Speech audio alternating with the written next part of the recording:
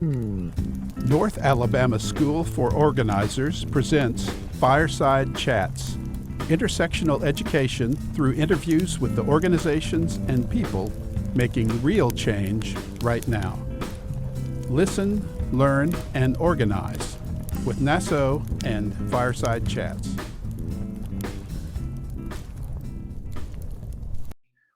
When we see it, when we hear it, when we sense it in the room, we can't allow it to be comfortable. It cannot be peaceful and comfortable around you.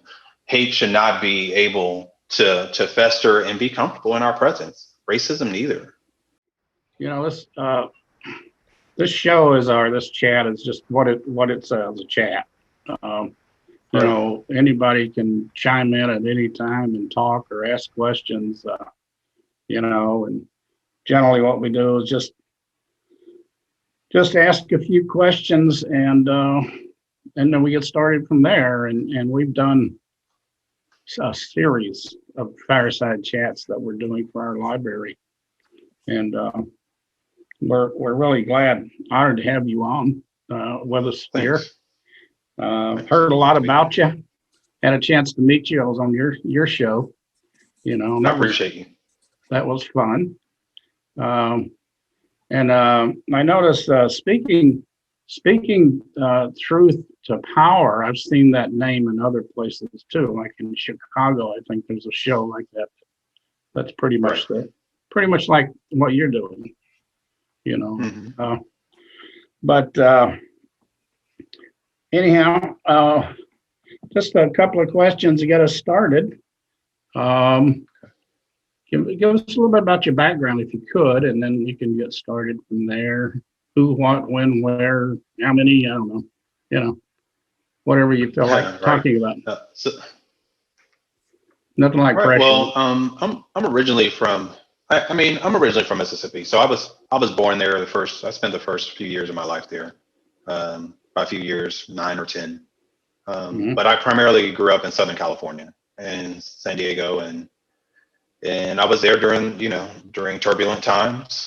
I was in high school in the 90s, so I was there for the Rodney King, and I was there for the OJ case, and I was there for the earthquakes and the Watts riots and the post Rodney King conviction and the post Rodney King verdict riots and things. So, I mean, that's kind of where my history comes from, as far as just seeing things and really perking up about the things that are going on. So grew up there, came back out here. Actually, I came here for college. I was here at Oakwood University, then college at the time in the 90s. Then moved to South Florida, or moved back to California, then to Florida, and now I'm back here, full circle. Such. So yeah, it's a different time, but some of the same battles are still going on. Can't say that I was expecting to come to Alabama and really get the full Alabama social civil rights justice experience. I really was coming here, wasn't really thinking much was going to be going on that front, because I was actually actively looking for a few things to get involved in when I first got here, but it all worked itself out. So. And how did you get involved in doing this program, Speaking Truth to Power? Right. So, so essentially, what this Speaking Truth to Power is basically birthed from the idea that activism must continue in some form or another. Right. An activist at heart, I speak out against the injustices that I see. So we had, a big rallying point, the George Floyd murder back last summer, May 25th. I guess we're coming up on that anniversary here. But yeah, we had our own set of protests here, and it really just kind of inspired me to get back actively involved in the movement and in all things social justice reform and police reform, and just I mean, ultimately, I really just want to create a better place for everyone to live in. It sounds kind of cliche, but I'm really empathetic. So these different events that happen, they hit me pretty hard. So um, I just feel like I have to do something. So this is my answer to activism during the cold weather. And that makes sense because the streets are not made for Southern Californians here when it gets cold in the winter. So this is just another response to actually trying to do something. Yeah, well, that's good. I know you keep an eye on the city council too. Right. Somebody needs to, and Yes. try to hold them accountable. So Try. That's a big word. Try. Yeah. A lot of promises, but very little follow through. So thanks for doing that. Now, Yeah, definitely. Anybody else can chime in and ask questions if you want. Sure. Talk. Remus, would you mind kind of walking us through a little bit about, like, so it sounds like you got kind of a podcast going, right? So kind of walk us through like the format, like what does that look like? All right, so find it, how do people get caught up on previous episodes? All right, so good question, great question. The website is Speak Truth Power, speaktruthpower.com. And you can find all of the archive, well, the few that I've done so far. Myself and Russell, we do the audio podcast. What I try and do is an event, a live event, to try and bring people in, because ultimately my hope is that I can reach someone who will then reach maybe 2 or 3 others.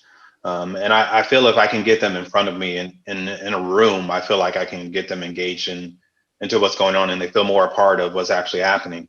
And it also gives them an opportunity to see that there's more than just themselves who are out there who are just as passionate about this fight for justice in the city of Huntsville and I guess the county rather. That there are people who are out there fighting who care about their well-beings and the welfare of other citizens here in Huntsville. And that was essentially that's the idea of the platform. I have no podcast experience. I've never ventured into this lane of things, but for me it's another tool, right? I mean, I saw I think it was called it was actually I can't remember it. It'll come back to me. Actually, Hope and Fury, MLK and the Media is what it was called, and that show it talked about the different events that were happening up to the point of the Selma March, right? And what stuck out most to me was how they talked to MLK, Martin Luther King, and he was talking about every opportunity that he had to get the media attention, to be able to speak into a microphone, to be able to project his voice and his message. He said he used that as an opportunity because he knew that the message would not travel as far as it would if it took wings in the form of media, radio or otherwise. And not to mention, media played a huge pivotal part in what happened in Selma, right? Because local programming was showing a video or a movie at the time, an award-winning movie at the time, when the Selma March was happening, and they interrupted the program to actually now cut to video in which they showed, John Lewis and the rest of the freedom fighters who were there getting pummeled by police as they tried to cross the bridge. So for me, it's like any tool that I can use to further project my message, to further carry out my fight to try and seek justice for those who feel like their voice don't matter, who feel like they're not being heard. I mean, anything that I can do to further that, I'm doing it. So if it costs for me to put myself in an unfamiliar arena, I mean, I am comfortable talking to people, so that I guess would cover most of it, right? But yeah, I mean, that's kind of the infancy of it and how I began and the purpose of it, just to keep the message going, keep the torch lit. Are there any like guests that you're seeking for your podcast, or like would love to have on in the future, or is it kind of a general public thing? Or Well, I do look for primarily people with stories, leaders, those who who feel like their story, their walk, how they made it to wherever they are in life, their constant fight for justice. I really just try and find people who will inspire others, ultimately, because I can only reach so many people, and everyone has their own, flavor of following as it goes. So I just try and reach people who are passionate about helping others, who want to do something to help change the community. And at least when it comes to our city officials, I think it's important that I create a platform so that the normal person who won't go to city council, the normal person who won't send an email, the normal person who won't call their city official, who has questions, who are wondering how things work and how does this city government system work. I try and have those people on so that I can give voice to these people's concerns, and they know how the process works, which was my primary reason for doing Councilman Keith. And I would like to ultimately interview all of our city officials here, whether they're county officials or city officials. I think it's important that the constituents of the city get to meet these people and know who they are, and be able to ask them questions, and see them in a setting rather than up there on the dais, or a photo op somewhere or whatever. I think it's good to reach If out. I ramble on too long, just cut me. If I ramble too much, just cut me. Just jump in. That's fine. But I think reaching out to the talking about the city council, I was just wondering, I read an article today where they said the city is canceling or negotiating away some of these lawsuits on the protest last summer. Has anybody else seen it? Yeah. What's behind that? I mean, the excessive use of force. I think they're trying to wiggle their way out of that some way or another, or just trying to make the whole thing go away. Is that the purpose? Yeah, that's my thought. I feel like they're trying to basically silently get rid of it, silently make all of this stuff go away. I mean, they are offering, I guess, pardons per se, or they're not going to press charges, or I guess press the matter in exchange for you promising not to sue them. I just think it's disingenuous, and I think it's more of the same that we get from city officials, unfortunately, where instead of just being held accountable, they would rather just say, hey, you know what, let's just erase the slate. We'll act like that didn't happen, and we'll just move forward from here. But we're moving forward from there, doing what? More of the same. So we can't get them to produce body cam footage. We can't get them to be accountable for randomly, this random attack on peaceful citizens. It was just bogus. So I ultimately think that they're essentially just trying to, sweep it under the rug and get rid of it. I think too is they, with the type of businesses they're trying to attract here, and trying to make the city look like it's a perfect city. They don't want any trouble.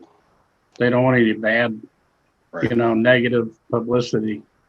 So they're willing to, forego some of the charges in the protest, just to not to have that negative picture of what the city's about.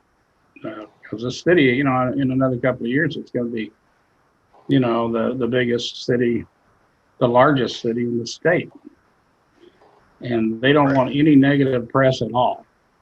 They want people out there looking like they're all happy, and, but they're still not paying attention to our homeless population, our people who need health care, and there's still cops out there who really still think that people living in the homeless villages, or in the housing projects. I've heard one cop call them animals, so they're trying to hide people away. They don't want any kind of problems at all. And that protest, the George Floyd protest, the NAACP protest there was pretty much compared to a police state. Those of us that were there, that got tear gassed and pushed around. I mean, that was. I was in Chicago. It was like a war zone there. It was. It was just like Chicago during the Democratic Democratic Convention. It was almost like a police state. It was like a police riot. They were pushing people around, tear gassing people. And I'm glad Remus brought up talking to the state officials, because I know the city is kind of making a suggestion that, like, well, we didn't have any rubber bullets and this and that, but there was state authorities and there was county authorities that were there in the line, doing this to our citizens. But Remus, I was wondering how, like, the June 1st and 3rd protests, like, with your experience in other places with these other movements and other things, like, were you expecting that, or were you unsurprised? I honestly, I wasn't expecting it when I was down in the lower bowl area of the park, but the moment that I came up and I saw them there, in my experience, cops don't normally bring out that type of gear without using it. So the moment that I saw it, I was like, I grabbed my girlfriend and I was like, let's go. Like, it was closer to the end. And once they started, making announcements, trying to tell people to go home when they weren't doing anything, I was like, yeah, there were guys sitting there with their fingers on the trigger, like really down scoping people while they were just standing around walking. So to me, I was like, okay, I know that guy right there is going to shoot someone, because he's already like behind it. So it was just in the air, and it was unfortunate. It really didn't have to happen, especially 2 nights. 2 nights. It didn't just happen once. It happened 2 nights. And it's a black eye that this city should not have to shake. Like, until they're accountable, this should not go away. Like, it should not go away until there's some accountability, until there's some type of reckoning, until someone can own it. Because as we hear, the chief says that it was the county, and the county says, oh, well, I took direction from the chief. And the chief is like, well, and the mayor's like, well, so yeah. A whole lot of nothing is happening. Yeah, this is really just the Confederate statue thing all over again, right? Where it was the city council saying it's the county commission who has to move it, and the county commission saying that, oh, we don't control that. That's on city property. They've got to be the ones who make that decision. And then they just kind of get to, it's like, well, all 10 of you are sitting in the same room together. Why don't you just make a decision? And they're like, oh, well, no, you can't do that. Now is not the time for the, wink, wink, nudge, nudge, right? And so, that being the case, though, is there, like, I guess, are there any kind of movements being built around, I guess, like targeting, say, a bunch of those people who have charges currently filed against them, who the city's trying to brush off or trying to make plea deals with, to maybe say, hey, look, we can get a bunch of people, we can stand in solidarity with you.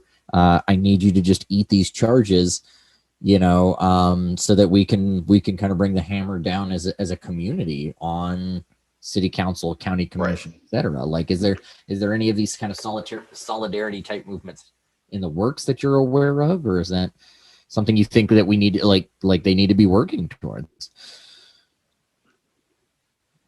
Yeah, I think it's of course, what they did was criminal, right? It was in violation of the civil rights of the people who were there. Like, that definitely should not have happened to the people who were there. But at the same time, this city has a history of not following through. So for someone to essentially, I guess, there are groups that have been working with attorneys. So I know that much. There are groups that have been working with attorneys. Now, whether or not it's a solidarity push to bring like a class action style suit or something, I can't really say so, just because I'm not knowledgeable of it. So I wouldn't want to say yes or no in either way, because it could potentially be happening. But ultimately,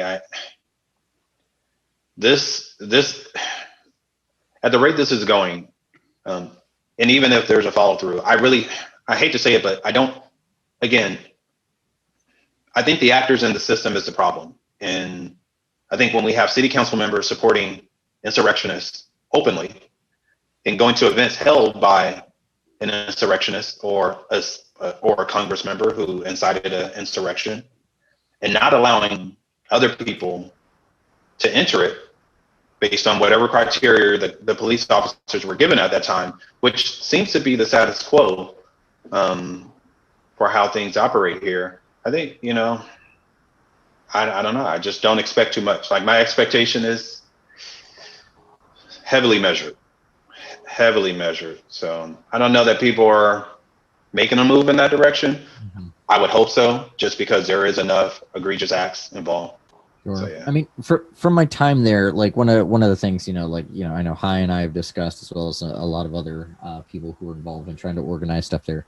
There is, Huntsville really, unfortunately, is kind of this like a bit of a neoliberal hellscape, right? Where we've seen that even kind of the liberals are conservative to a degree. Right. And so you get this thing where it's like when you get protest or mass action, there is a very clear kind of, I don't know if you want to call it a glass ceiling or a brick wall or however, or whatever analogy you want to use, where these things they just run into. Like we had the one where it's like, I think they were trying to ban abortions, and we had like 2,500 people show up at this park, and we all kind of cheered, Right. and then everybody just went home and nothing ever was like, it's like, there was like when we were having conversations with those organizing that, we're like, hey, let's get a march, let's get an action, let's get some actionable items on taking this to the doorstep of these people who are decision making. They go, oh no, we don't want to do all that we don't want to put anybody out, and it's like, what do you mean you don't want to? Like, that's literally the whole point of this. It's so, Right, exactly. I guess what is the path forward on trying to maybe educate, but like trying to get people to understand that, like a protest only matters insofar as it has teeth, and that like, these actions only matter insofar as like there is a kind of, if veiled or unveiled, threat to those power systems, that like something has to be done or else. And so if nobody's ever willing to or else, then you stay home, right? Like, why even complain? Why open your mouth, right?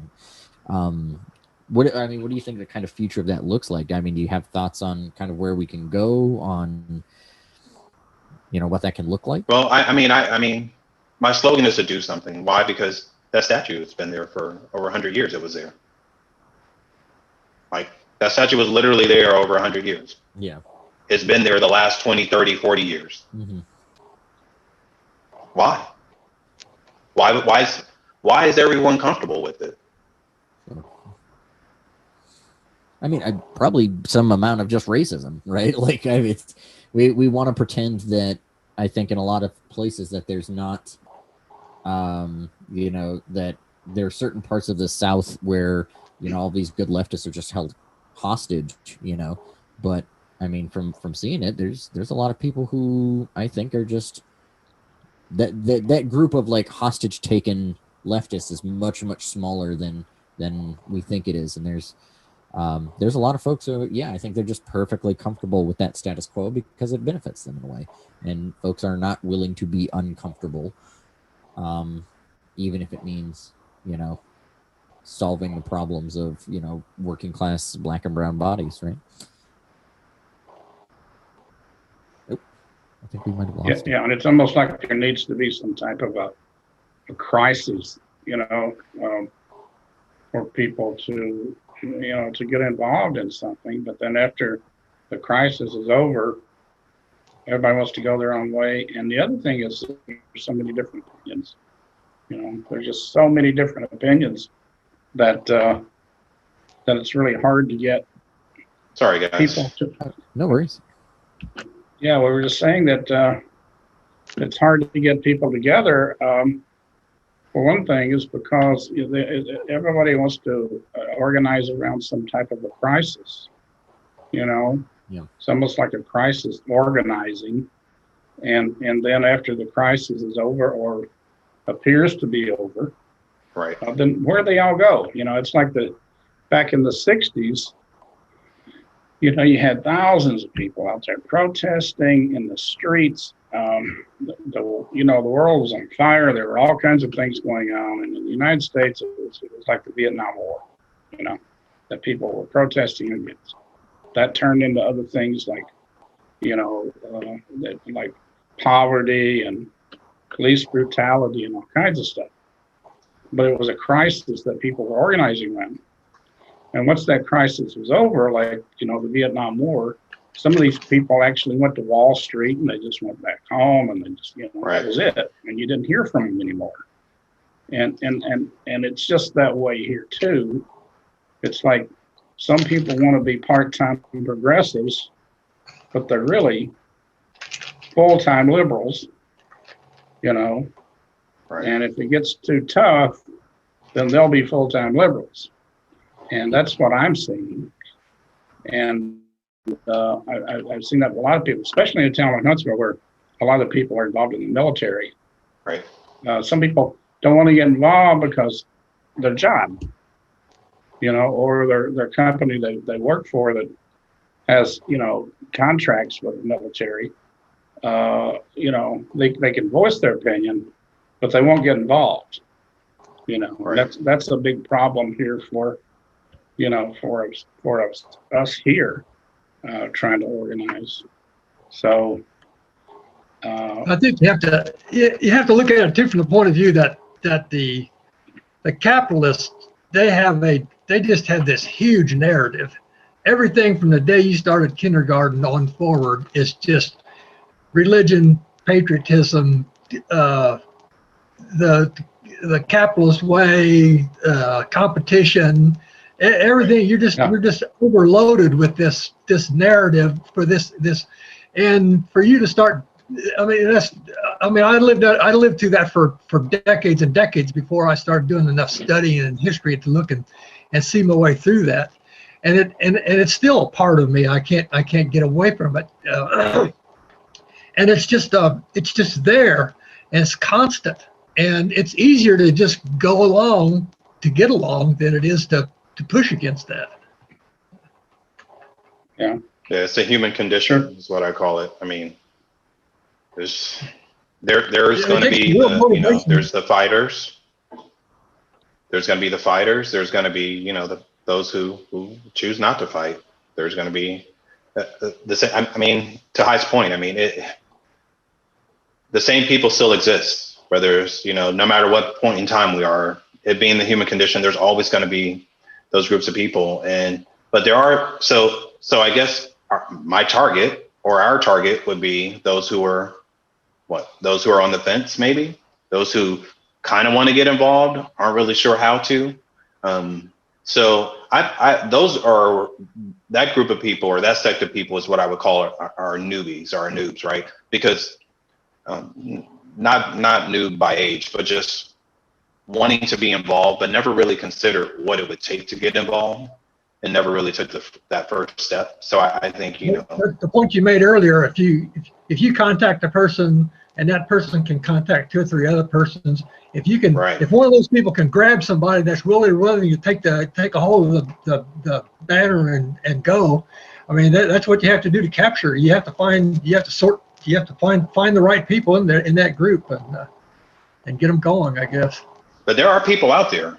The solidarity of the community is there. There are, and even just being out there, we did a corner protest similar to the Peace Corner, but it was right downtown at the corner of Clinton and Washington, and we did that for I think about 3 or 4 months. So from summer until the monument came down, that was the time frame that I had given the protest, because that was essentially the point of it.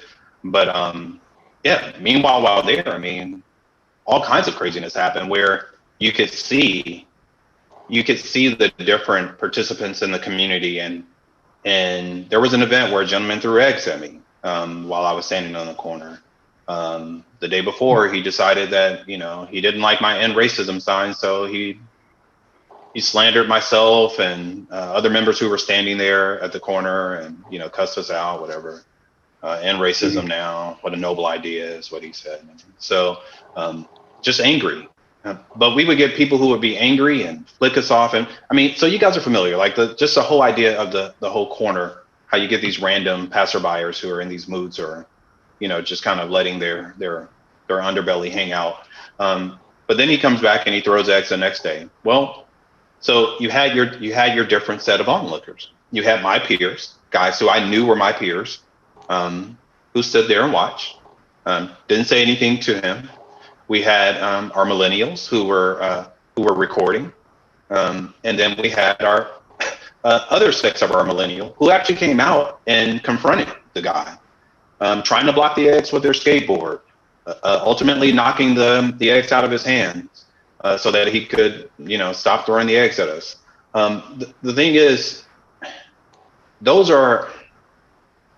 people who came out represents, to me, Huntsville. You have those who are comfortable, who don't mind, you know, being an onlooker to events, tragic or otherwise, good or bad.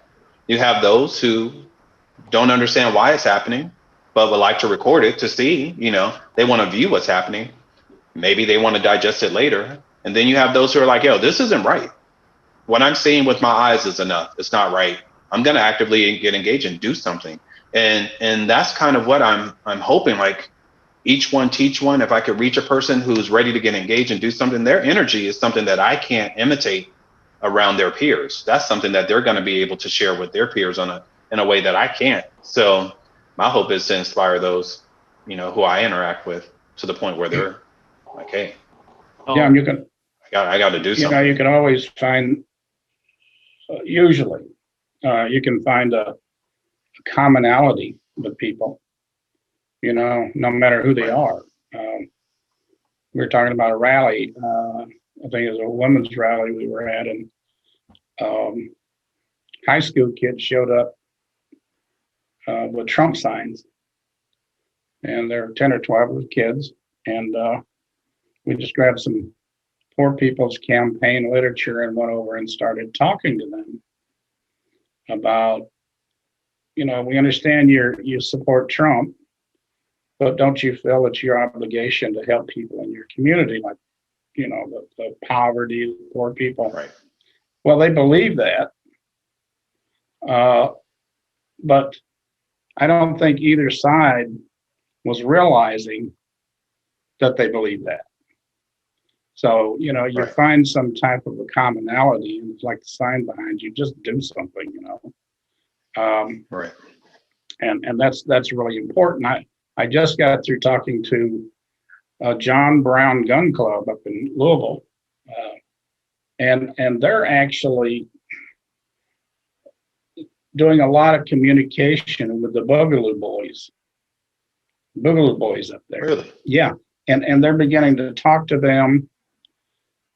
And there was a recent funeral where they both showed up, you know, and they began to talk to each other, and now they're trying to open communication with each other, and they're finding that there's some commonalities there, you know, and I think that's really important, you know, like even, you know, there's so many liberals, you know, that though, like, you because do. one of the things, this is like with those cases like the Boogaloo Boys, and this is like one that I really have to hammer because we have a problem with them here in Albuquerque, is that like they are a white supremacist organization, Yes. right? But they are a much smarter white supremacist organization than, like, say, like the Klan, who's gonna like walk around with like Nazi armbands and do all this other stuff. Boogaloo Boys like fully understand like kind of internet culture. They understand kind of how to play the game, and they understand how to like utilize a lot of those like talking points to ingratiate themselves in a lot of different places to bring folks into their fold. Like one of their main tenets though is they're for police abolition, right? Which a lot of people are like, oh great, that's good, like leftism. The reason they want to abolish the police is so that they can become the police. Like they don't want to get rid of the cops because like they believe that, you know, cops are out killing black people. No, they want to get to go out and kill black people. Like that's their mission. But they also understand that they're smart enough to not say that openly in public, like say the Proud Boys or some of these other groups do. And so like it's a huge problem when you run into different groups who say, oh well, they seem like they're doing good like left work. They're out feeding the homeless. Maybe we can work together with them on something. They support Medicare for all. Maybe we can work with them on something. And what you end up finding is them trying to open that pipeline to the fash side of things. And it's like they are a very clever organization, and it's something that I think a lot of people need to be super careful around. And it's something you got to watch out for, because this is the way it's going to go moving forward, is that, you know, the fight for, I guess you want to call it a culture war or whatever, isn't just going to be like a battle in the streets like it used to be in the 60s, where, you know, it's like racists line up on this side and good guys line up on this side, and you just like go out and you pound it out in the street. No, this is a propaganda battle. And so it's one that, like, if you're not careful, you can lose pretty quickly. So I think Joy was raising her hand, you know, jump in on that. But that's my 2 cents on it. No, I think you're right. I know you're right. But, you know, I know there's more and more think tanks going on now. You know, certainly the conservatives have a think tank they have going all the time, you know, to talk about, you know, the left and everything else in the country so they can counter it. You know, I'm sure the Boogaloo Boys have that too. You know, and I think we need more of that. Agreed. You know, we need a think tank of our own where we can discuss, you know, what we're doing now. You know, just have a brainstorm about, you know, what's going on in this country. How do we counter, you know, this in an effective way, you know, and well, and also without it being infiltrated, which most do. You know, so it's really a crazy time in history where we don't know really what the other person is really thinking. Right. You know, we used to know, but now it's become so distorted that we don't really know what they're thinking. We don't know what their motives are. They may say it's one thing and it's another. So we don't know really where people are coming from. I think it's even more dangerous than it was in the 60s or any time in history. You know, because we have so much social media and everything, but it can't keep us from organizing, you know. Do you think they're weaponizing that idea, that concept that we don't know what each other's thinking? Absolutely. Therefore, it makes it easier for us to be more divisive because, I don't know, we're distrusting of everyone. So how do you unite when you can't trust anyone? Is really the question. Yeah. So well, I think I would think that you have to find people that you have the most in common with, you know, the commonality type thing with, like, the Rainbow Coalition, for instance. An unheard of coalition, but there was a point program that we put together, and they overlapped, and, you know, other organizations are actually doing that now. And finding the commonalities with the other groups, you know, so therefore you kind of know what they're thinking about, but until you establish some kind of trust, you know, there's so many, right? There's so many opinions out there. Yeah, what makes that difference too is like when you think about, like, for example, like you were saying, those point programs, right? The Young Patriots had their specific points. Like these are the things that the Young Patriots care about, right? And the Black Panthers had these things that they care about, right? And they compared those two things together, and they say, all right, we basically align on 12 out of 13 points or 13 out of 14 points. And so it's like, this is going to be a good kind of joint effort that we can do here. And you can work to that. And I think that, like, when it comes to, like, working with folks, you know, because we do have that kind of divisiveness issue, you have that trust issue. I think there has to be a sense in which, you know, I know a lot of people chide the left for its purity politics. Purity is the term they use for that. But it's like, I think if anything, the left needs to quintuple down on purity politics, right? This is what protects us. This is what protects the movement.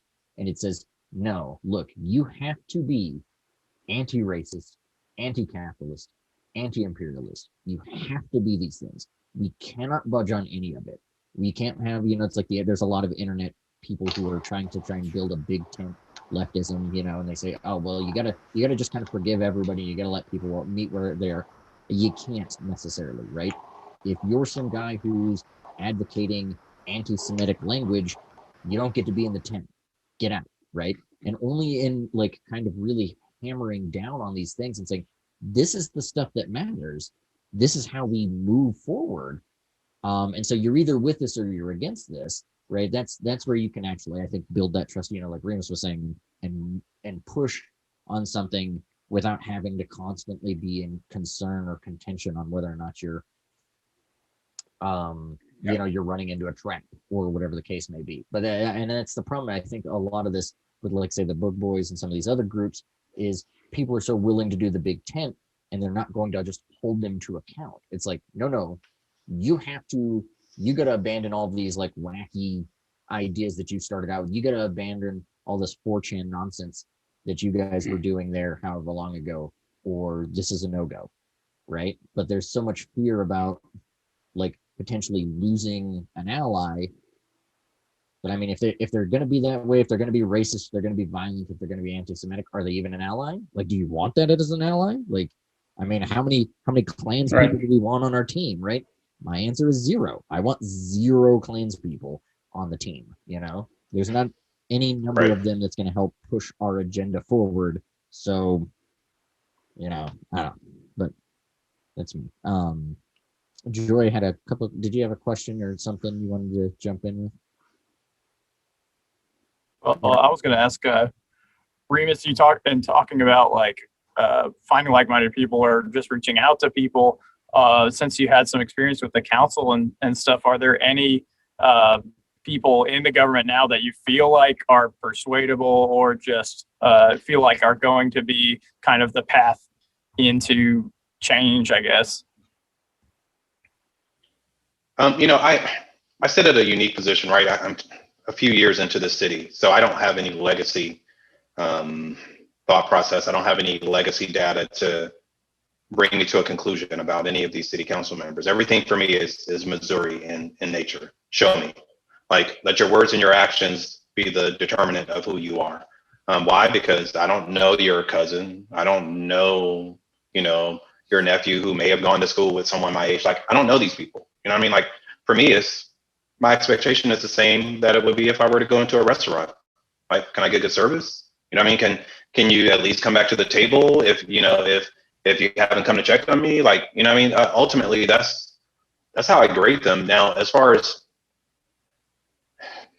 I hate to sound like a cynic, but it is what it is. I'm a realist when it comes to politicians. And unfortunately, I've yet to see a politician who really stands for the people, in my opinion. I think, unfortunately, whether it's early or late, they started making certain deals. They do things that they may not be proud of later. I mean, I think that just tends to be, the track record for most politicians. And I think the ones who aren't like that, we don't see or know because they don't last. Like, they're not. So for me, I'm willing to turn the wheels on and work with any of them. I have no, neither of these city council officials, county commissioners, I don't have anything against any of them, and I don't have any reason to, I don't have a dog in this fight per se, except for the cause. And so whoever wants to champion police reform, I'm there to support you. Whoever wants to champion, doing something equitable for this city, so that it's not just the guise of diversity and equity and inclusion. I mean, we get all kinds of weird comments at city council that makes me feel like, man, I'm thinking we're moving forward, and then you hear something, and then it's like, oh man, we just took another 3 or 4 steps backwards with some of these comments that we get from our city officials, which I think, again, the human condition, traditions, we're dealing with legacy. We're trying to pull people out of mind states. We're trying to open people up to empathy. We're trying to get people to think about things in ways that they haven't had to, because I'm in my neighborhood. I'm comfortable, right? I mean, and that's essentially how how it is, whether, you know, you're someone on city council or not. Like, there's a lot of people who are just comfortable and they don't really see a reason why they should. I mean, I remember there's this one guy. So, sorry, quick story. I'm standing at Four Corners, which is Waltrana and University, close to the Planet Fitness where Dana Fletcher was killed by the police. And I'm standing there and I'm holding a sign, and another person's holding a sign on the other side of the street. I'm standing in the median. A gentleman pulls up to the middle and he goes, hey, what's that over there? And I go, it's just a sign. You know, it's a sign talking about Dana Fletcher, humanizing him, showing that he had a family, whatever. He goes, I heard about that. You know, he says, I heard about that case. Cop said he had a gun. You know, they had to show the video, said he had a gun. And I go, well, they haven't given them a police report. They haven't shown them the video. And I asked them, I was like, would you be okay with that if that were your son or your nephew or your, cousin? He goes, well, it's not my problem. It's not my nephew or my son. And I go, well, what if it were? Well, I mean, it's not. He insisted, like, it's not mine. It's not my problem. So there is no what if it were. Like, there's nothing that I have to worry about. And I said, okay. So to me, it's like it was hard for me to hear that, to understand that there are people who just really could care less about other people. Like, it blows me away sometimes, but it's reality that we fight against. That people don't care. There's people who really don't care about other people. I think in a recent conversation that we had, Remus, I said something about how I think all undergraduate first degrees in undergraduate school should be in liberal arts. Right. Because reading is an excellent way to build empathy. And we've just pulled all of that stuff out and are hitting everybody over the head so hard with science and engineering and even mathematics, okay? Right. Yeah. Which is me, okay? And I love math, but my first degree is a liberal arts degree, Right. There's nothing for building empathy like reading. Right. And I think that is going to be like that. That's a long-term solution, even if you can get it enacted. The push forward, I think, does have to be to some case to like find a way to connect people to any of the given things that are happening, right? Because we're like, like as a country, we have pushed so much individualism, and we have this idea that like it's not a big deal if it doesn't affect me. And it's like, somebody who's been in sales and customer service and retail and all these other things for 20, 30 years. It is one of those things, like you can see it all the time, right? You go to a Best Buy and you go to, return a device or something that was broken, and the person at the customer service counter just like they don't care, right? Like they're just like, whatever, right? Here's the policy, like, all right, get out. Like, but once you start screaming, once you start yelling at them, once you start threatening their job, you threaten to call corporate, you start giving them the what's for. Now all of a sudden here comes the manager, and they've got gift cards, and they've got freebies, and they've got swag, and they got all kinds of things to give you, right? Because now all of a sudden it's their problem, right? Now they're affected. And so the problem is as a society, we've kind of trained ourselves to this mentality that until it affects me, it's not something I'm going to concern myself with. And so like trying to, like you were saying, build that empathy, like Joy was saying, just kind of like getting people, like whether it's reading, whether that's some kind of like, because the big thing is like, I don't know that it's the reading, because I have all of my degrees are liberal arts degrees. I don't know that it's the reading. I think it's the fact that in order to get that degree in liberal arts, you truly have to be consistently interacting with other people, right? Like in a math or STEM type situation, you can fly that solo. You can go get an engineering degree and have no communication with another human being throughout the entire 4 or 5 years you're in college. You can't take a political science class. You can't take a history or an anthropology or a psychology or an English class and not have to have group discourse and not have to have collaborative work. You can't do those things, right? And so those are the things I think that really create empathy. So it's getting people connected and recognizing that we are kind of in this together. So I mean, that being said, like, have you seen, like, do you have any thoughts on what we could potentially do to get more people doing that around, say, city council related issues or around county commission related issues? Like, I think knowledge is power, right? So if you didn't know that there was a bridge that overhangs the top of a building, 100 stories up with a glass floor, is there one? You know what I mean? So I think ultimately, people just aren't as aware as they should be of what's going on, because again, that takes us back to, if it doesn't affect me, honestly, It's also the media. the level of, the media does kind of control what we do and take. But even just at a local level, right? So before school, right? Before the STEM push, there were people who were interacting, whether it were on an educational level or just, elbow grease. We're in here together, whether we work together at a place or whatever the case may be, where these people found themselves. I'm saying this to say, this fight that we're fighting, we've been fighting forever. And I wish it were as simple as more people being exposed through liberal arts, but unfortunately it's not. Because why? Because a lot of the laws, a lot of the policies, a lot of what we're fighting from a government level is from the generation of the past, who really didn't have a focus or a concentration on STEM. Their concentration were on other things. Even in Alabama, a lot of things were based on people's words and, the strength of your word and your family and who you were and, your interpersonal skills. It still allowed for hate and racism to fester and continue to move in these different environments. It still allowed for people to sit at the table with each other and throw out words like nigger and spick and this and that, and it goes unchecked. Like, you know what I mean? Like, oh, that's just grandpa, or oh, that's just my aunt. Oh, that's my hateful cousin. At what point if, and that's if you are a person who are an upstander and not just a bystander, if you truly care about these issues, you have the opportunity to actually make impact in your immediate circle. Even with your friends who are not racist, who are anti-racist. Unfortunately, we perpetuate a lot of stereotypes that does nothing but help to continue to push the narrative that continues to divide us.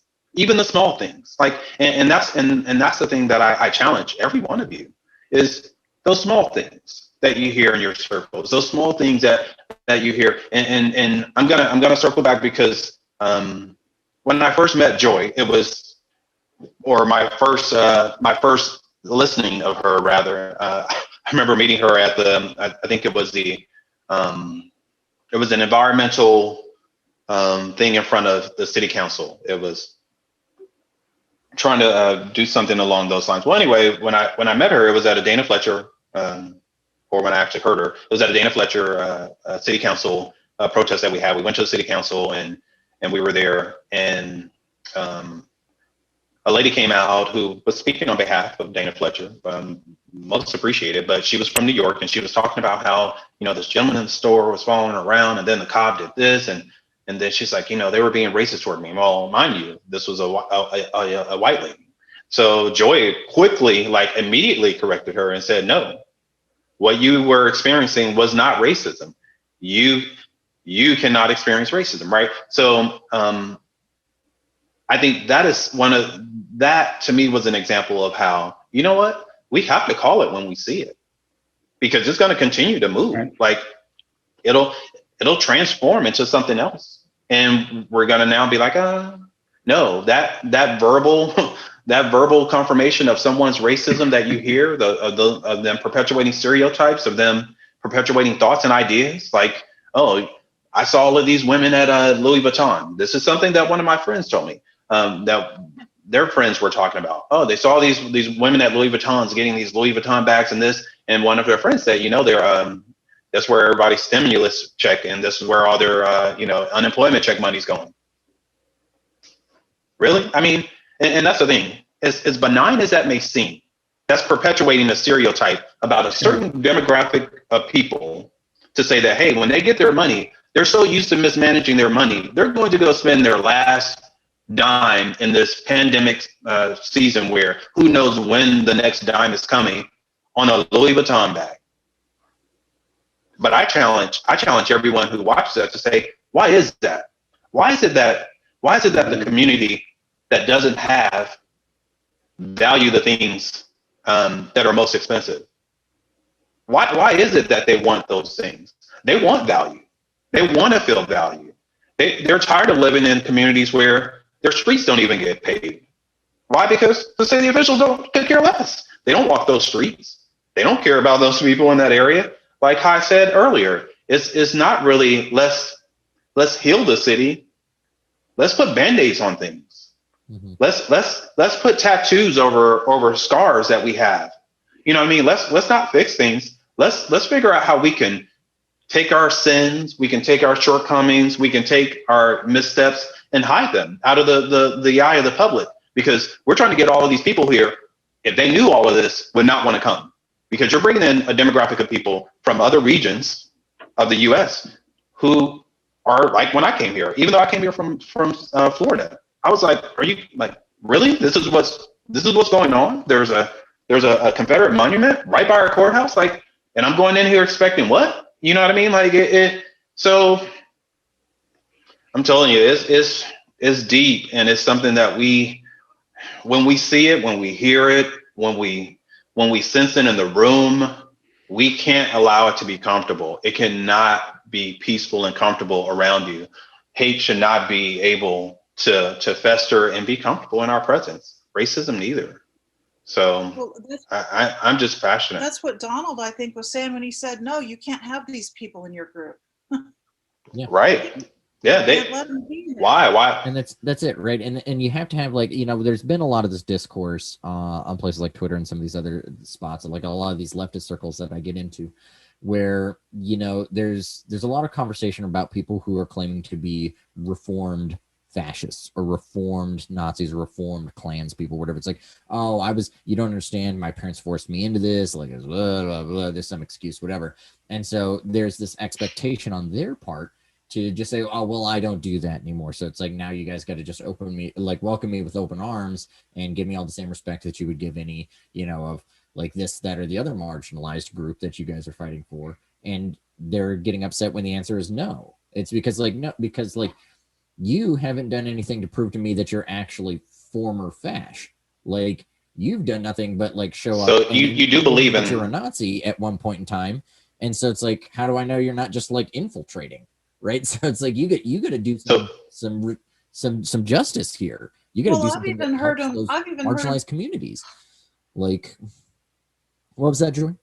So do you believe in the reformation of people? I do. I believe you. I mean, there are a lot of people who are who are now on the flip side of the first half of their life. Sure. And you know what I mean? And I believe absolutely that people can be reformed, but I also believe that, like, people don't owe you an acceptance of your apologies, right? Right. I believe that it's just like, you know, like in my case, being like random white guy, right? I don't get to just be like, oh, well, since you said you're not fashion anymore, I guess that's okay by me. Come on in, right? You come hang out with all of these, you know, black and brown and LGBTQ people who you have just overwhelmingly, whose lives you've ruined over the last 10 years because you said sorry to me, right? So it's like, it's not like, you know, your apology to me don't mean shit, right? Like, you gotta find some way to make it up to them, because sorry just isn't good enough if you've never done anything. Like, what is the word there? It's I'm really bad with words sometimes. But it's basically like, justice here isn't about the perpetrator of the crime. It's about the victim, right? And so it's like, it's making sure that the victim is taken care of. And so when we're having these kind of, how big should the tent be? It's, you get to come in the tent if you're attempting to undo some of the hurt for your previous victims, right? Like, if you're just going to be like, oh, well, I said sorry, geez, you know, right? Are you doing enough? Like, does it count? Like, you know, so put some action behind those. Yeah, action. That's really what it is. Yeah, it's like you were saying earlier, right? When you come in with that fresh face, you know, because you're not from Huntsville, so it's like, is this person a leftist? I don't know. They vote on a bunch of garbage that doesn't help me, so I would argue no, right? Like, because it's like, you don't have any of those preconceived notions. All you have is that action. So it's, you know, you have to build that action forward And so, yeah, sure, you can be reformed, but if you never do any action, Hyde says this all the time, and this was really important for me, is that, he says all the time, he's like, he's still racist and he's still working on it, because to be anti-racist, you have to literally work on that every single day, right? You never achieve being not racist, right? And so there's that, right? Like, are you making those pushes? Are you actually doing those actionable items? And that for me personally, that was like oh yeah, you're right. Like, it is a consistent sense of growth. And if you're not doing that growth, then, are you doing anything at all?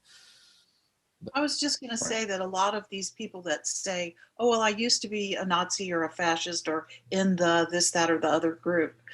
You can usually find some place where they'll say, but I still believe that we have to build a border wall, or I still don't think that trans women should be allowed to compete. They'll let you know.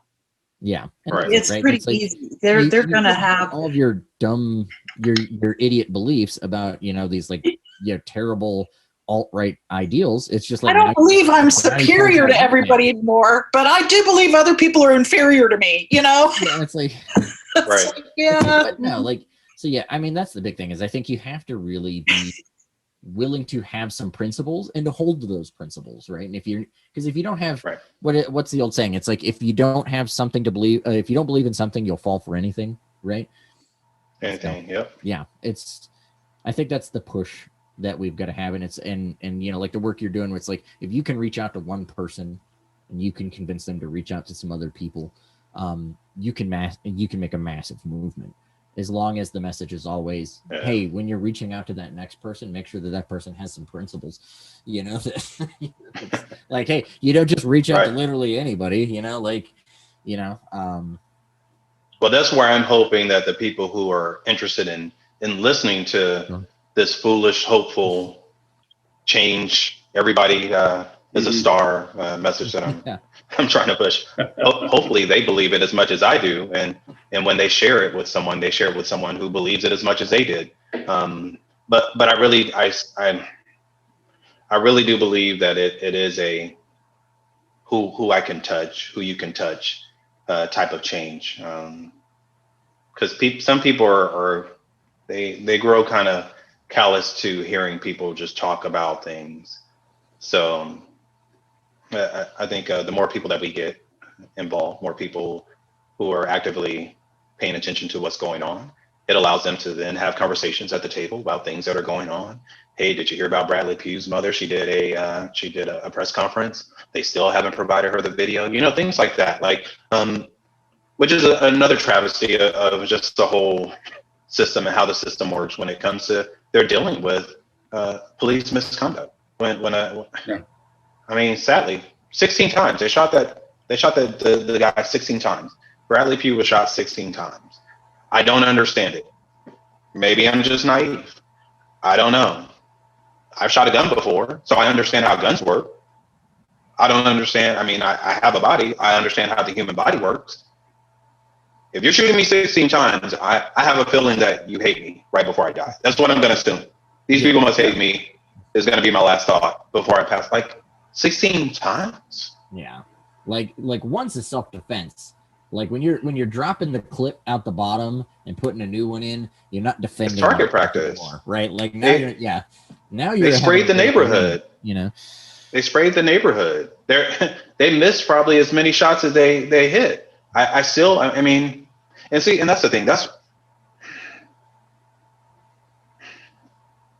what gets me. How can you sit in a position as a city council member, someone who actually has some influence, to hear about things like this and choose to do nothing? Like, it completely blows me away. Like, it really just stumps me, because it's so hard for me to understand how people can see the pain, how they can see something such as that, how they can understand that something like that happened in their neighborhood, in their community, on their watch. 16 times. It just... Yeah, because there's always that moment too. You see this in a lot of things. My go-to analogy for it is like congressional representatives who go on Twitter and tweet things like, we need Medicare for all right now. And my reply to them is always the same. Then it's, get the F off of Twitter and go propose Medicare for all in Congress. Like, that's literally, they're just like, we need someone to step forward. I was like, you're the someone. Do something. Exactly. Right. So when you see like, these cases, like, yeah, it's like Huntsville police murder somebody. And then, the city council or the mayor comes out and they go, oh, this is tragedy. Somebody has to do something. It's your somebody. It's literally your job. Like, nobody else, just you. You do something. Like, you mean to say that if they offer their prayers up, that's not good enough? Yeah, that's surprisingly enough. Right.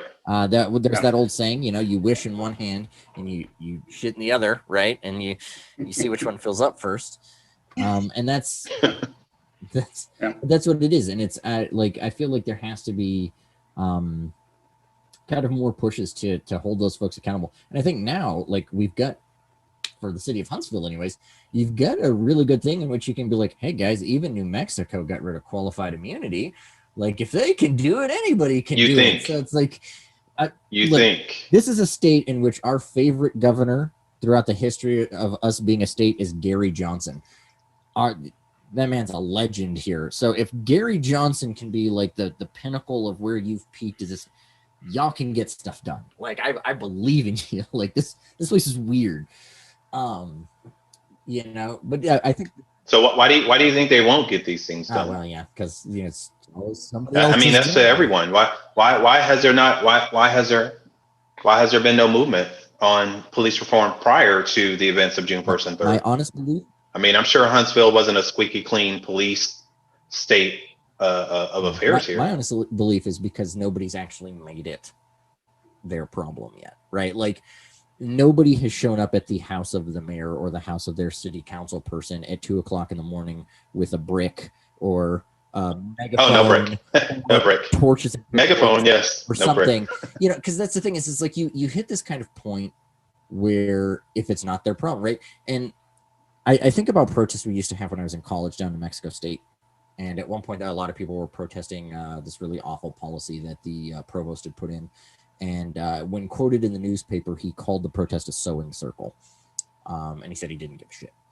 And everybody was so mad about it, but it was absolutely true, because everybody was just kind of sitting out in the yard hoping that like them sitting there was going to get something done, because there's no teeth to the action, right?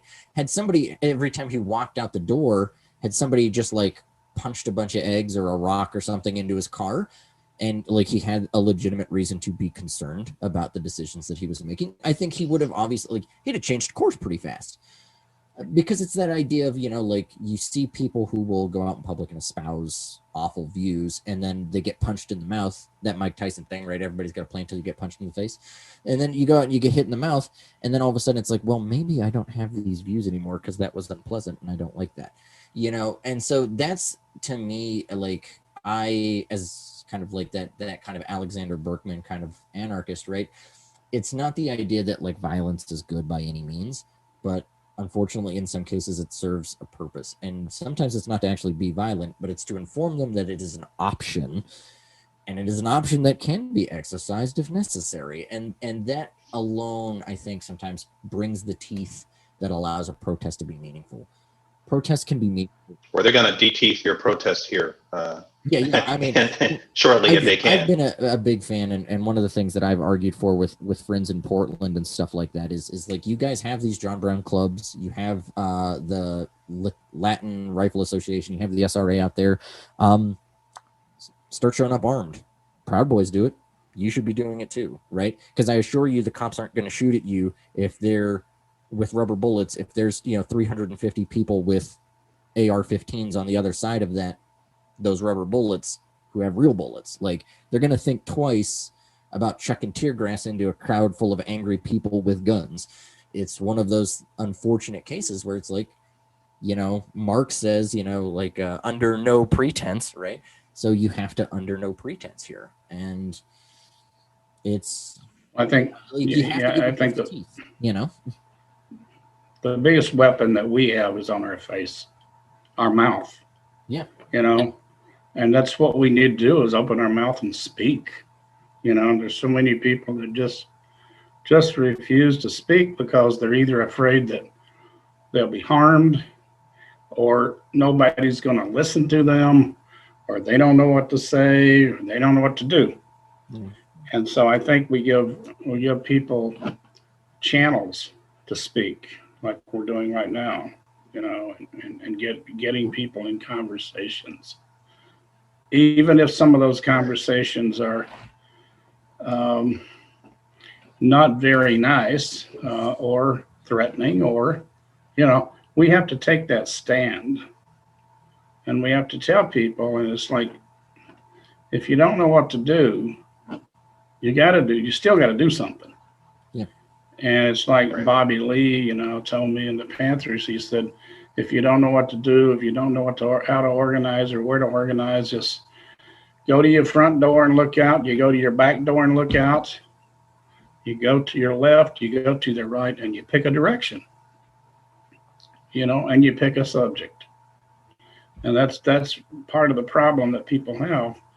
There's just so many different subjects out there, Mm-hmm. you know, and a lot of them just don't know where to go and how to go about it. Right.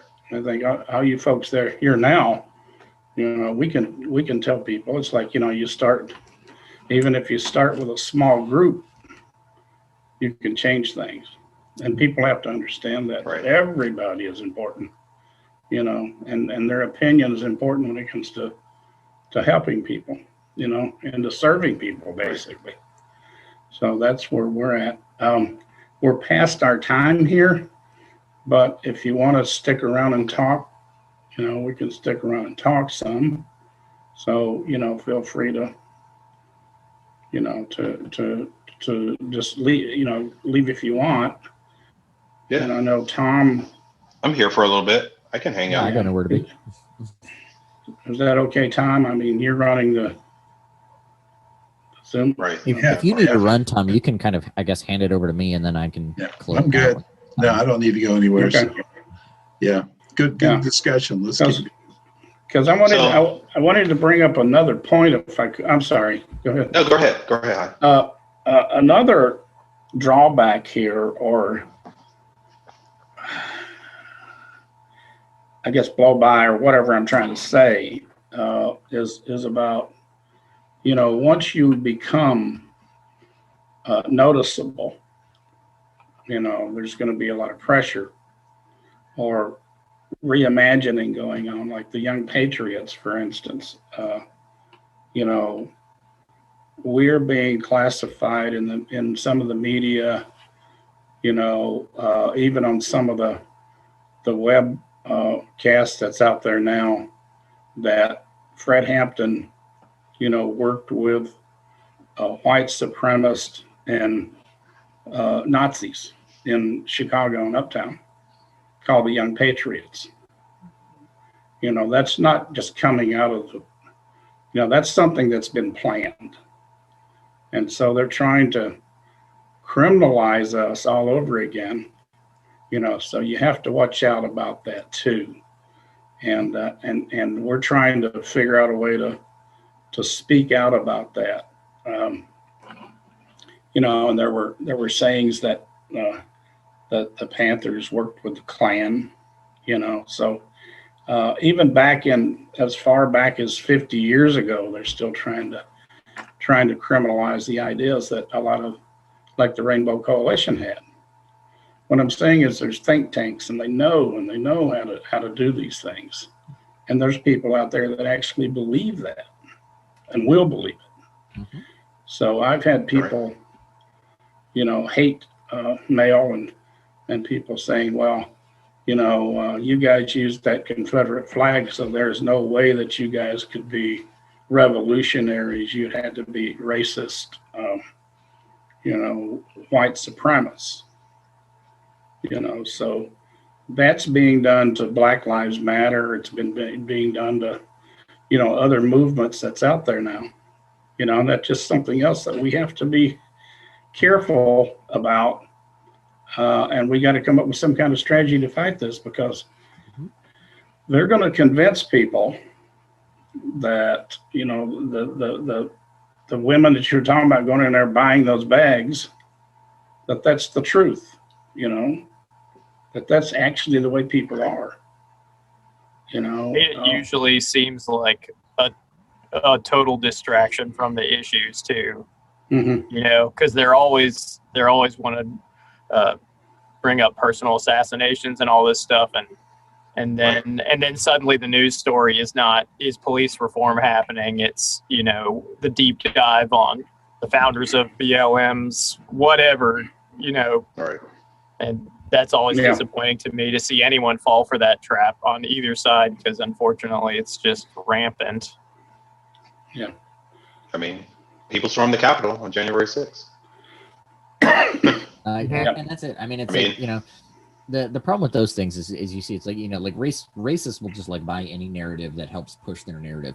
And part of the problem that I think the left has is that, like, right-wingers, it's easy for right-wingers to have solidarity with each other because it's like they don't have like a large platform. Their platform is do racism, it's like white supremacy, yay capitalism, yay imperialism, right? It's like bomb brown folks, lock up smaller brown folks, and then like shoot anybody who asks questions. And so that's, for them, it's like it's so simple to rally around. But like with the left, has 400 different theoretical frameworks that it tries to like organizing around, whether it's anarchism, communism, or syndicalism, this.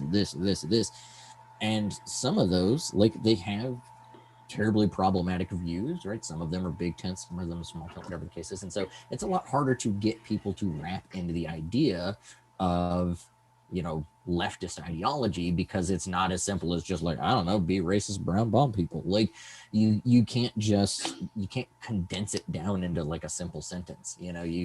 There's a lot more to it. We have to, I think, to some degree, we've got to, like, the same way that the Rainbow Coalition did, you have to have some number of point plan. We have to get some sort of semblance of a singular ideology, which, like, to me, like, my whole thing was anti-racist, anti-capitalist, anti-imperialist, right? Great. Like, you can boil it down to a single, like, sentence and then call it a day. And then, it's like, look, you either believe these three things or you're on the other side, right? You're on this team who believes these things, or you're on the other team who doesn't believe in those things.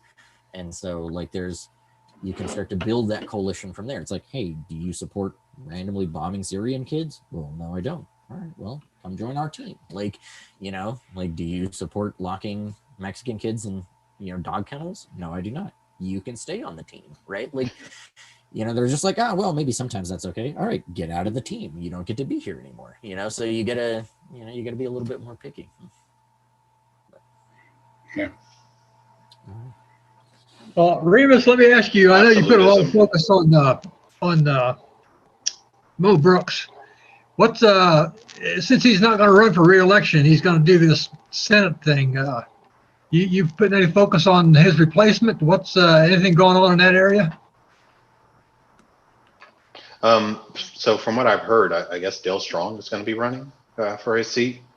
I mean, rightfully so, I guess.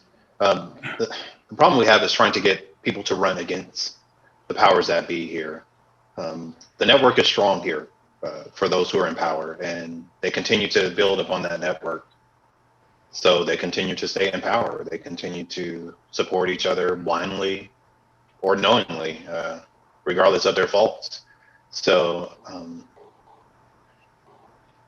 I don't know, man. I'm hoping that someone will come out of the woodworks. I was hoping Sewell from Montgomery, but it doesn't seem like she's going to. So I don't know. I mean, I really want someone to come out and give these guys a run for their money. They run unopposed more often than not. So I mean, to me, that's a reflection of hope. Maybe I'll run as a Green Party. There you go. Go get him, Joy. There you go. Like, Please, yeah. I got you. the issue is that You got my vote. Right. Got mine. You see the case of like Woodfin, right, in Birmingham, and all the damage he's done. And I remember when I was in Alabama, and I was talking with Majati about some stuff, and I posted this thing on Facebook.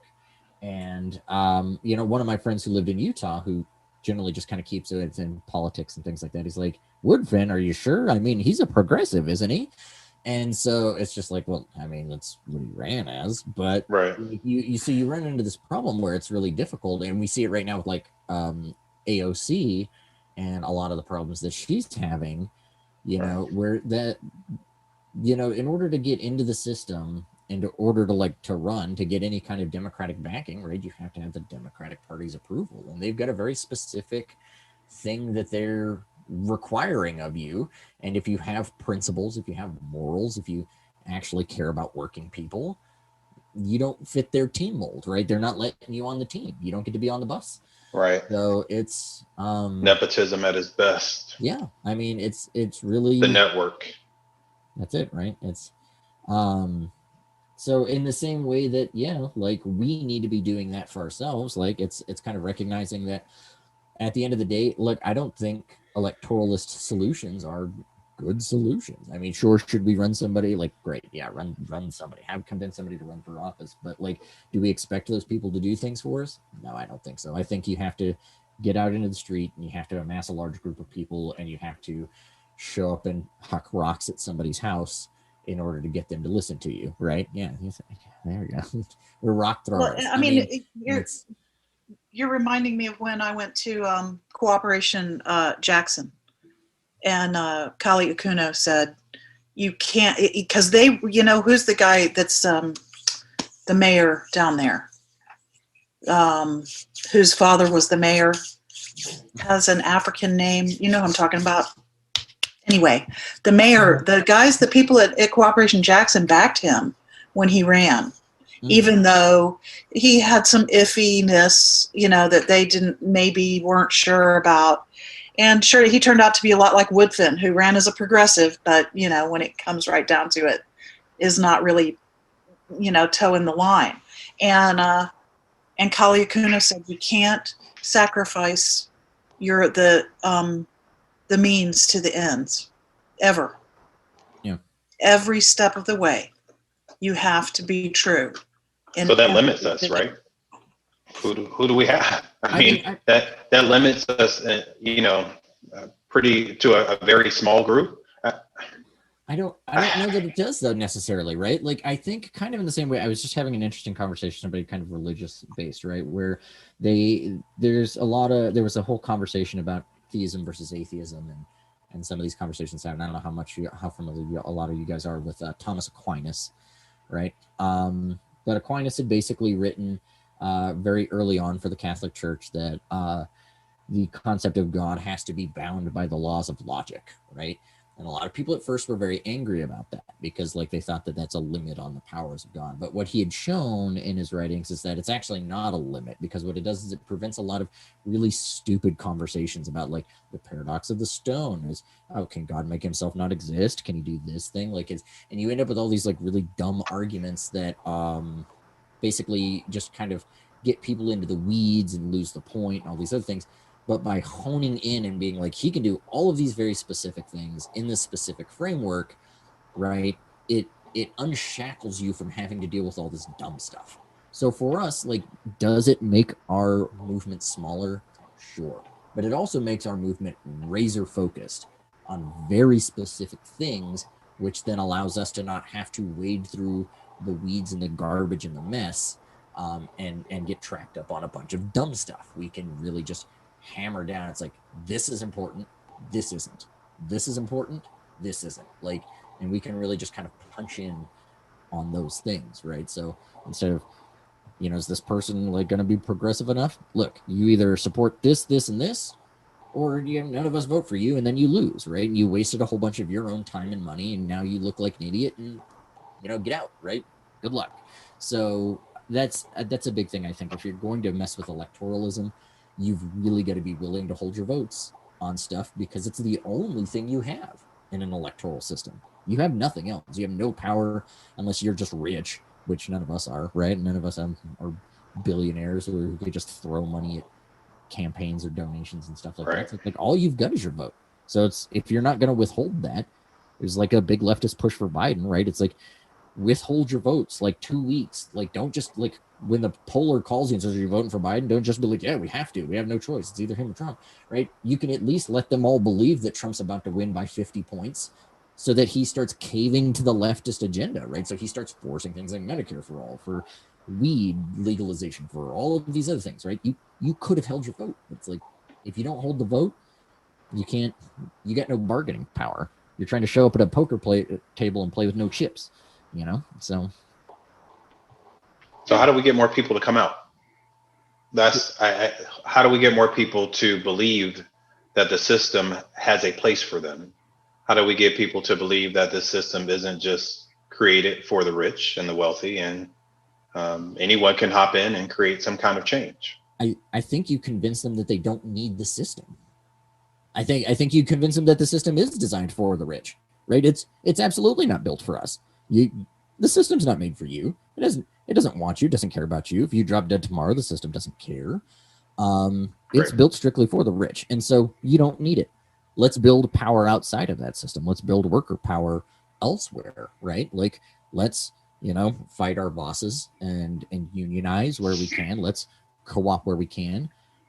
We had on this show a couple of weeks ago a good buddy of mine from high school who's going through LA right now and helping people convert all of their front yards into garden spaces in an effort to eventually, eliminate the need for grocery stores across the greater LA area, right? And it's like you have things like that where it's like you get enough people who are like, hey, I installed a solar panel and I have a garden and all of my neighbors were all swapping vegetables, and so I've got all of my like electricity, food, water, because it's like I got a water collection tank or whatever in the backyard. It's like I don't need anything. I guess I don't need to go to work. And then all of a sudden it's like 2 weeks later, you're just like, we're all going to just stay home.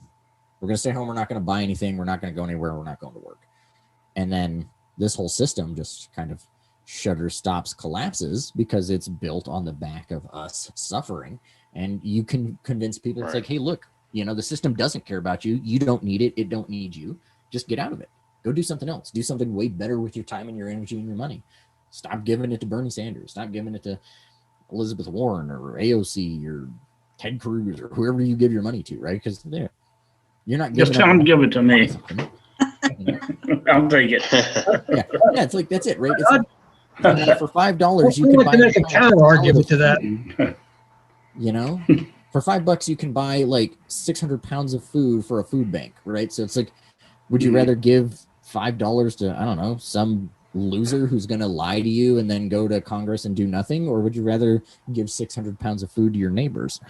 And so having that conversation about like, take care of the people who live next door to you and not some yokel who lives however many miles away in Washington, D.C., who's just going to take your $5 and then use that to bomb a brown kid in Pakistan. Like, that's... Yeah, we've also talked about collective land purchasing. Yep. Collectively buying land, to live on or have homes to live on or plant food on, that kind of stuff. Let's go be a hippie again, That's fine with me. They've written, and I've been to enough city council meetings, and one of the big things that they're constantly doing is doing zoning stuff. Sure. Yeah. And it's of course illegal to live off the grid. Right. Sure. I mean, yeah, they don't want you doing that. But I mean, at the end of the day, if you convince enough people, if you get enough people, what are they going to do? Yeah. So like I had this push where I was in another kind of chat similar to this, and I was like, here's what you do: you convince all of your neighbors to go install the solar panels, right? Because they got those companies that drive around, like especially out here, we get 320 days of sun, and so it's like go sign up for the solar company, have them come out, install panels, hook your whole house up, get all that stuff going, build this garden, get your little water collection thing. They're just like, what if it's illegal? Who cares? Like, there's like, stick it in your backyard. They'll never see it. Nobody will know. Right. And then, it's just stop paying your bills. You get enough people together and you're just like, everybody quit paying your bills. Everybody quit paying your debts. Money moves everything. It does. It absolutely does. Like, general strikes have absolutely reckoning power. They're projecting that if 10% of the population quit going to work for 2 weeks, they could crush the system. So it's like, now imagine if you took 10% of the population, right, for what it's worth, the entire LGBTQ community is like 6% of the population, right? Black people make up 13% of the population. And so it's like, you just like, when you think about just like how not that many people you need to do so much, right? You can say, all right, hey, look, we can get, X number, couple thousand of people. Like you were saying earlier, you can talk to one person who can talk to two people.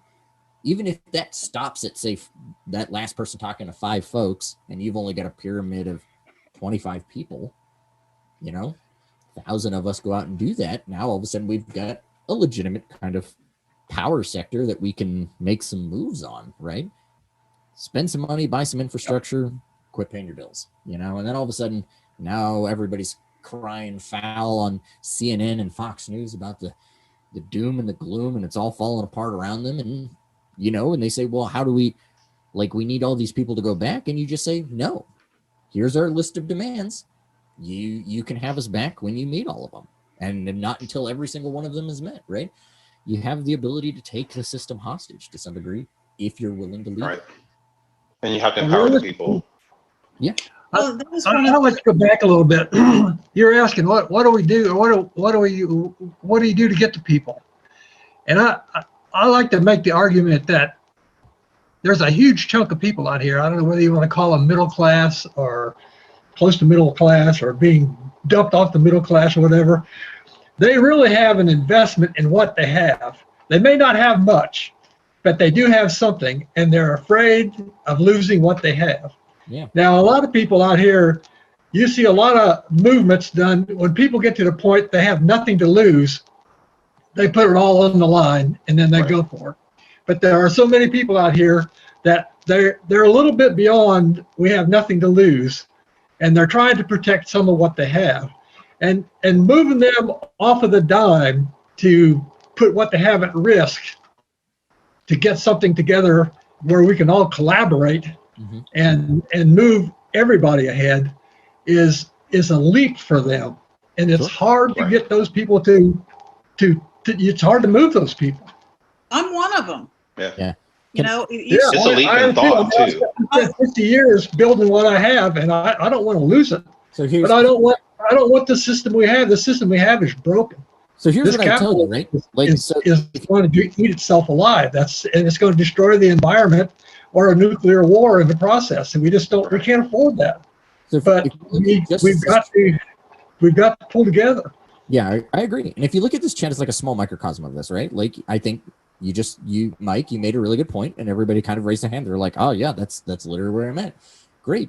So if we all just agree here collectively that we're going to have each other's backs, right? I use the tale when I talk to people about this. Back in the Great Depression era, people were having their farms foreclosed on across Kansas, Nebraska, these types of places. And I'm sure a lot of you have heard these stories. And what would happen is when the farm would go up for auction, the community would all come together and they would all show up at the auction, and the person who owned the farm would bid $1 and nobody else would get to bid. Anybody else who attempted to bid would be basically have a rifle put in their back or, something, and they would be told to shut up and keep it moving, right?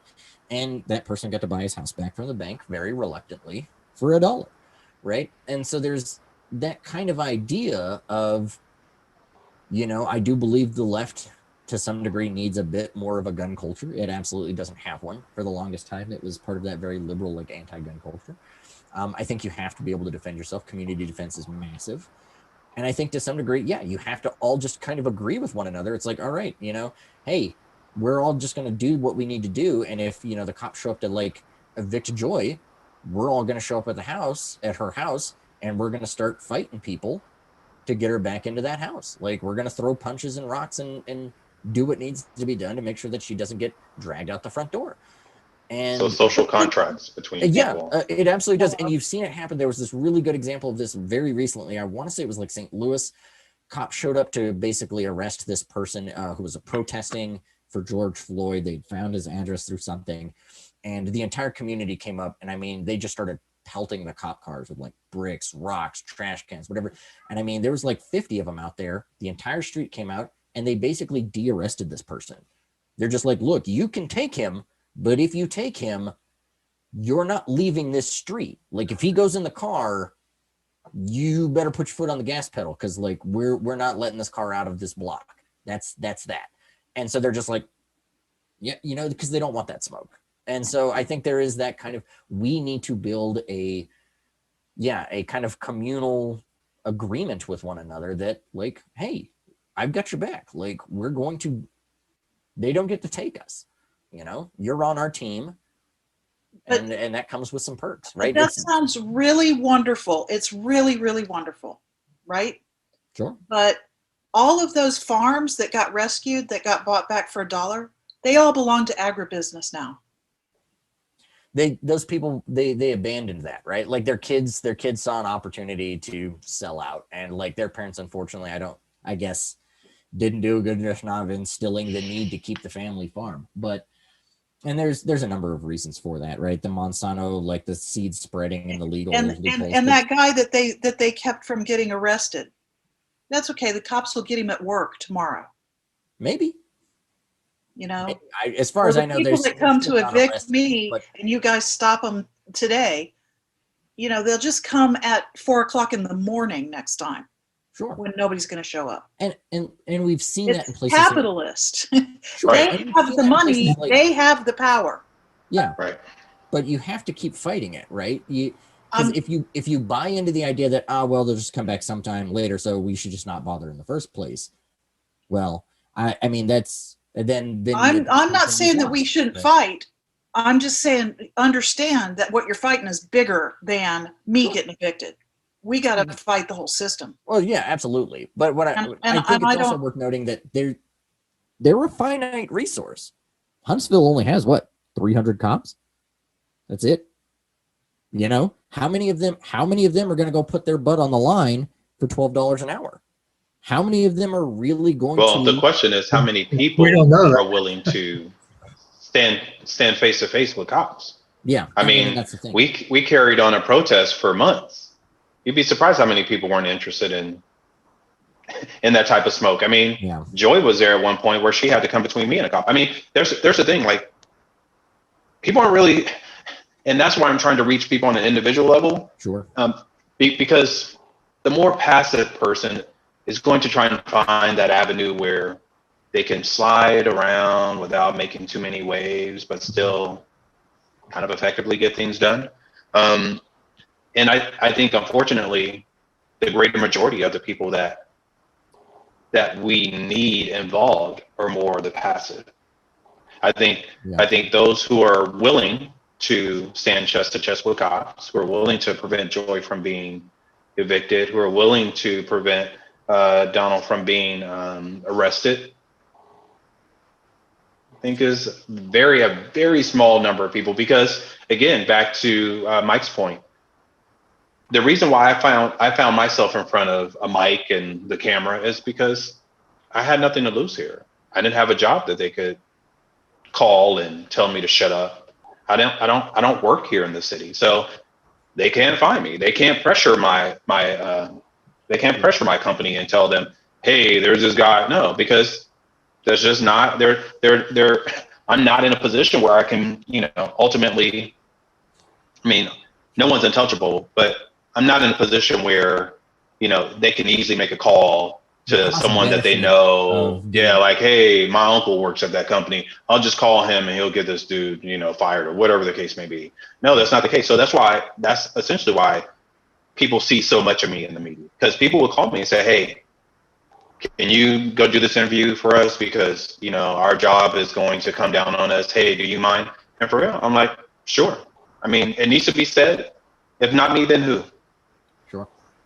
So I'm like, all right, if not now, then when? So I'm in a position where I can do that. So whenever the opportunity would arise, I would do it. Now, would I do that in other cities? Of course, but that just happens to be me. Sure. Right? And that happens to be probably the greater majority of us who are in here and people that we know. But the realism is, sure, this is a capitalist society, and people are hand to mouth, and those who aren't hand to mouth are barely making it. again, holding on to the little nest egg that they have to, allow them to be able to live, comfortably for the remaining years that they may find themselves here. People aren't willing to. I mean, that's what makes this society so hard to change. I mean, it's the capitalist. Money is the meaning of life here. People who are poor are willing to spend their last check on something to make them look good, not just for themselves, but to make them look good to others and to make others believe that they have something, or that they are, that they are in a situation that they're not. I mean, the social media has trained all of our children, unfortunately, or a great majority of the public, that it's okay to fake it. It's okay to create this facade. But what's wrong with being genuine? What's wrong with having 3 pair of jeans? Why do you need 15 or 10? You know what I mean? Like, our value system, of course, is based on the values that are instilled in us through this capitalist society, where money is everything. And if you don't have money, you should have power. If you have both, then you're winner take all at this point. And again, it takes me back to the statue. The statue's been here forever. It was there forever. Like, it disgusted me so much that I became like super focused on it. I didn't notice it when I was here for college. I have no clue why, but I guess I wasn't frequently frequenting the courthouse. I mean, I guess that's a good thing. But I never noticed it.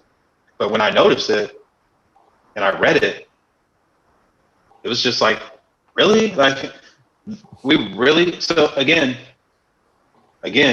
if it's wrapped nicely, if it's covered by a few trees, if it's placed in a place where there's shade, where there's not much sunlight beaming on it, then the city doesn't care. Yeah, I think that's an analogy for all of the issues that we deal with. Mm-hmm. It wasn't my son who was shot 16 times. It wasn't my daughter, who's a military vet, who was shot and killed by the police. It wasn't this guy who came out of his house because his wife rolled over on the phone and called 911 accidentally, and he told not to come out. It wasn't this guy who walks outside of his house wondering, who's at my door at, some odd hour and get killed. Like, there's no connection.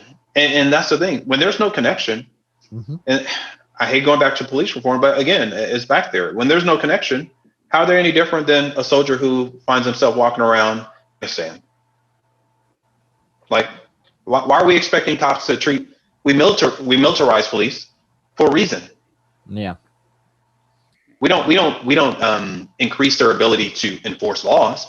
We militarize them. So we're saying we're making you more dangerous. We give you a license to kill. We don't require you to have a degree to go around killing people.